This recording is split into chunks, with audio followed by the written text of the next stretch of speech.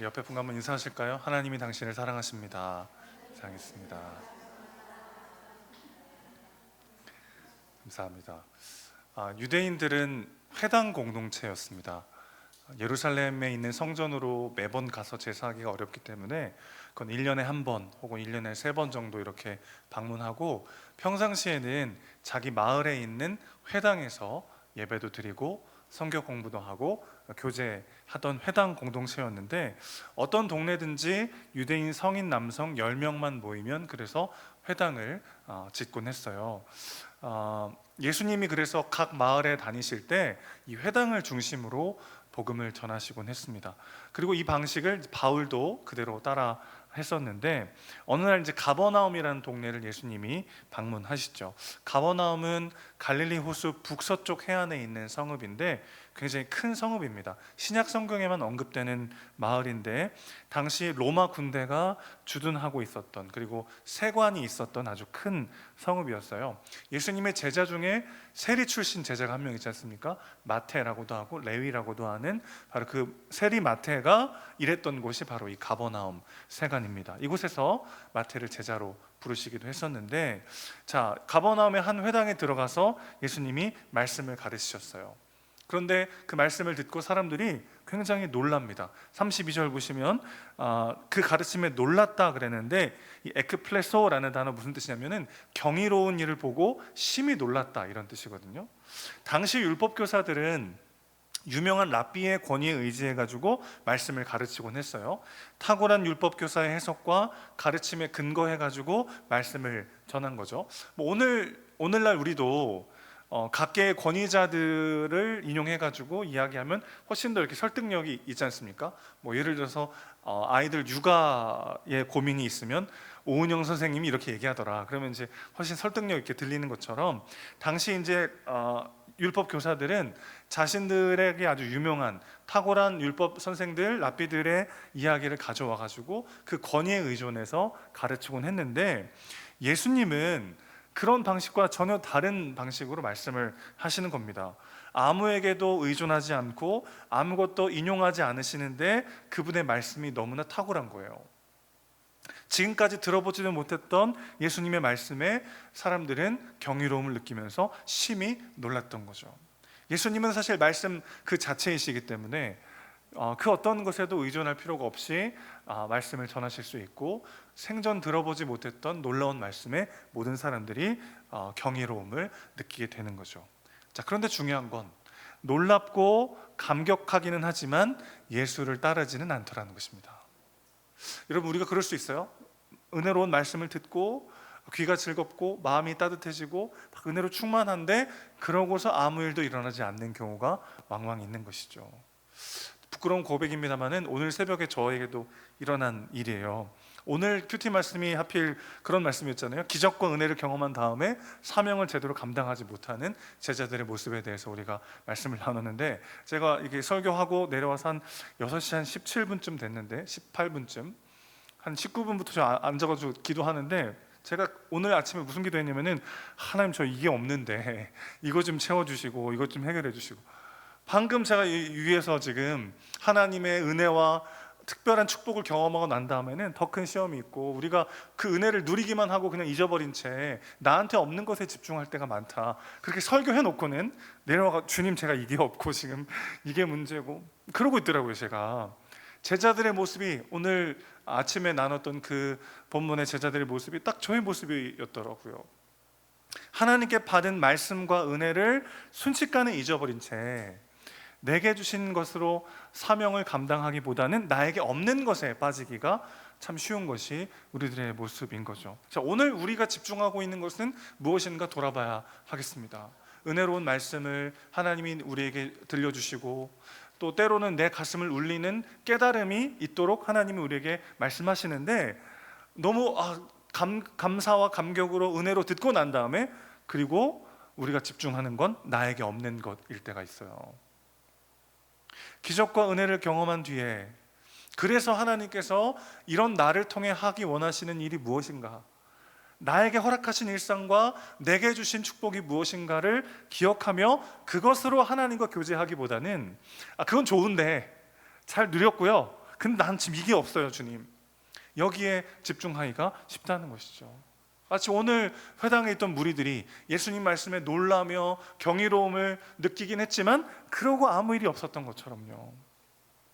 이런 신앙의 방식에 빠지기가 쉽다는 것입니다. 여러분, 이렇게 되면 어떻게 되냐면 기독교라고 하는 종교를 소비하는 소비자에 머물게 되는 거죠. 그럼 어떻게 됩니까? 늘 우리가 집중하게 되는 건 나한테 없는 거, 부족한 거가 되더라는 거죠. 여러분, 우리는 은혜의 소비자에 머물러서는 안 되고 그 은혜의 전달자가 되어야 합니다. 분명히 우리가 생각해야 될 건 은혜의 생산자가 될 수는 없어요.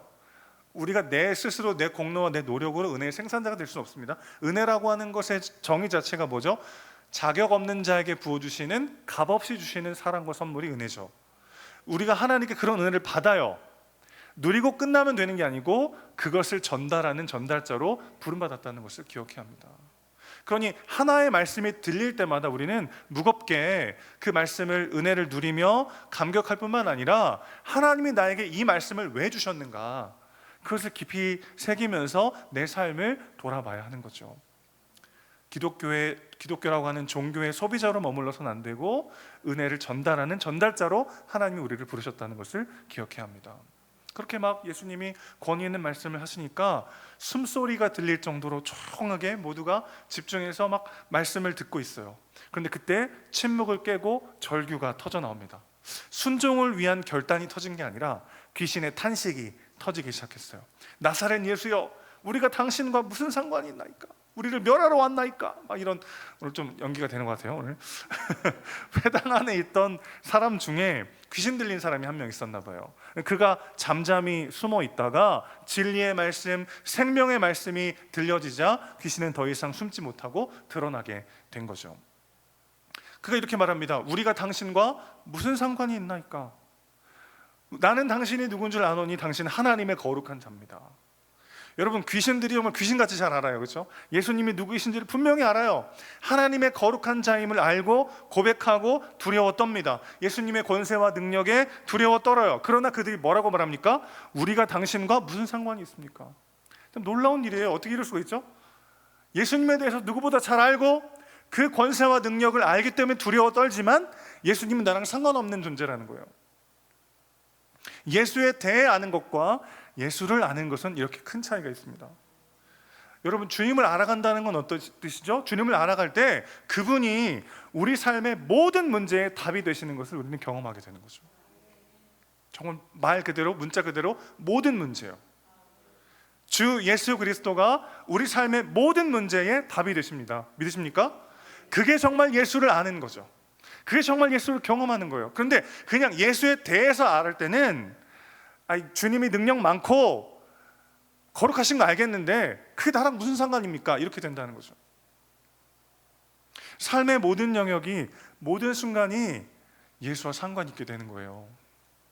주님을 알아갈 때 그분이 내 삶의 모든 문제에 답이시더라, 이것을 우리는 경험하게 되더라는 것입니다.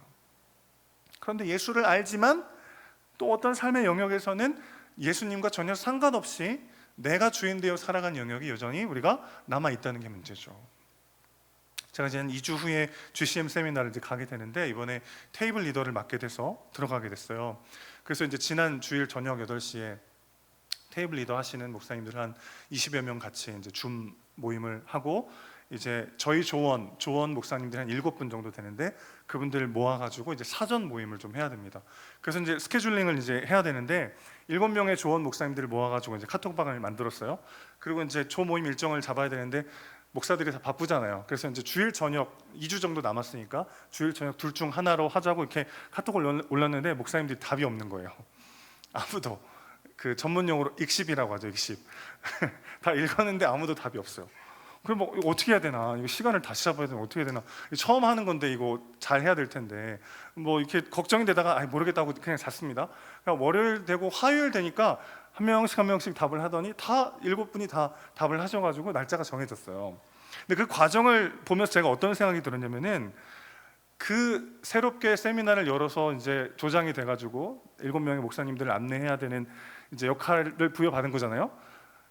그 상황 가운데 예수는 온데간데 없고 내가 이거 잘해야 될 텐데, 이거 잘 해내야 될 텐데, 내가 괜히 민폐 끼치지 말고 조원들한테 좋은 영향력을 끼치고 그동안 개척하면서 있었던 일들을 또 잘 전달하고 그렇게 잘 인도해야 될 텐데, 그런 부담이 막 올라오는 거죠.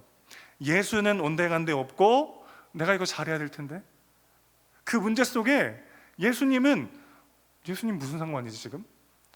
아니, 조원들이 답을 안 하는데 예수랑 무슨 상관이야 이게? 그렇게 말하진 않았지만 마치 그렇게 생각하는 것처럼 그 문제 가운데 여전히 답을 주시고 함께 하시는 주님을 전혀 제가 인지하지 못하고 있더라고요.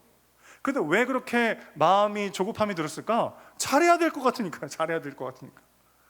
근데 그거 일정을 좀 빨리 짜가지고 조원들에게 원활하게 하는 거랑 저의 존재 가치랑 뭐가 그렇게 연결이 됐다고, 목사님들이 조장을 잘 만나가지고 이번 세미나가 아주 잘 됐다, 그런 얘기를 듣고 싶은 것처럼 처음 하는 일 앞에서는 또다시 예수가 답이라는 사실을 새카맣게 잊어버린 채 이 영역에 대체 예수가 무슨 상관이지?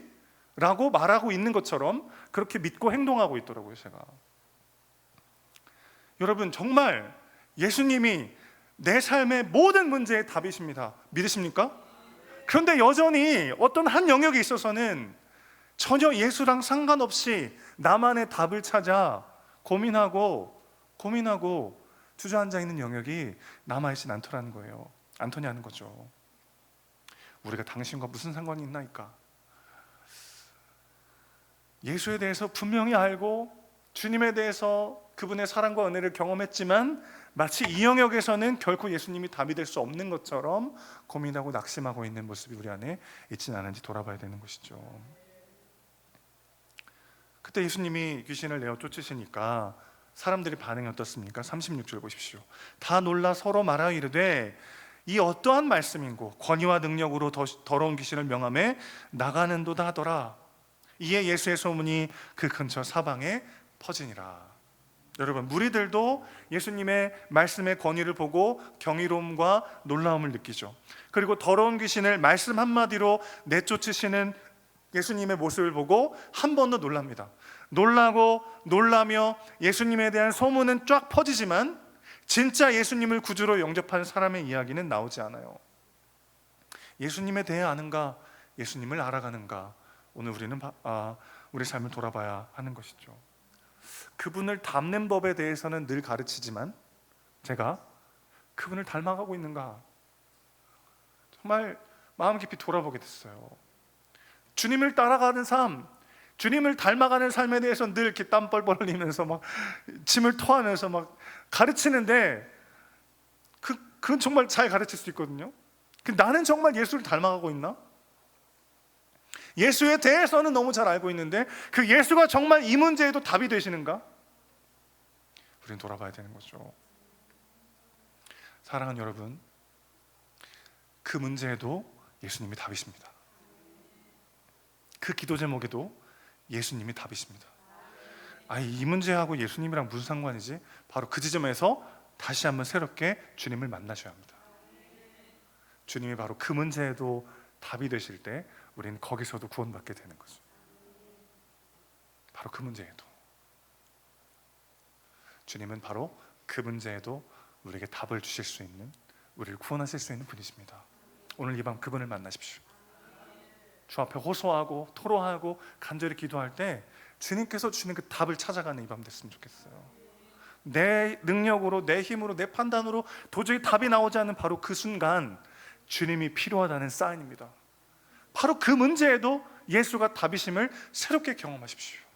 그럴 때 주님께서 생각지도 못했던 생명의 길로 우리 삶을 인도하시는 또 다른 구원, 또 다른 생명, 또 다른 복을 누리는 우리 모두가 될 줄로 믿습니다. 이 밤에 그 주님을 한 번 더 경험하는 우리 모두가 되시기를 주님의 이름으로 축원합니다. 다시 한번 찬양하겠습니다.